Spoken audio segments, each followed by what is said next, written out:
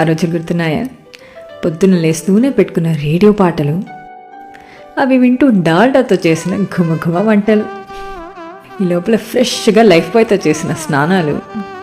ఆ తర్వాత మార్కెట్ కోసం మోసుకెళ్ళిన పెద్ద పెద్ద బిగ్ షాపర్లు, బస్ ఎక్కిన వెంటనే కండక్టర్ ఓపెన్ చేసిన టికెట్ బాక్సులు, ఆ టికెట్ కొనే లోపే దారంతా అమ్మతో మిరిండా కొనమని చేసిన అల్లరి గోలలు,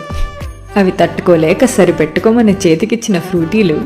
అవి తాగుతూ నానమ్మ స్వింగ్ మెషిన్ కోసం కొన్న రంగురంగుల దారాలు, అలాగే తాతయ్య కోసం కొన్న షేవింగ్ రేజర్లు, ఈలోపు ఎట్టి పరిస్థితుల్లో మర్చిపోకుండా దోమల కోసం కొన్న మస్కిటో కాయిళ్ళు,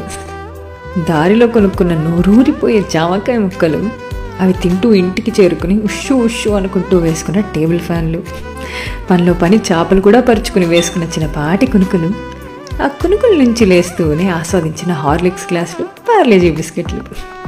ఇలా కాదు, అప్పట్లో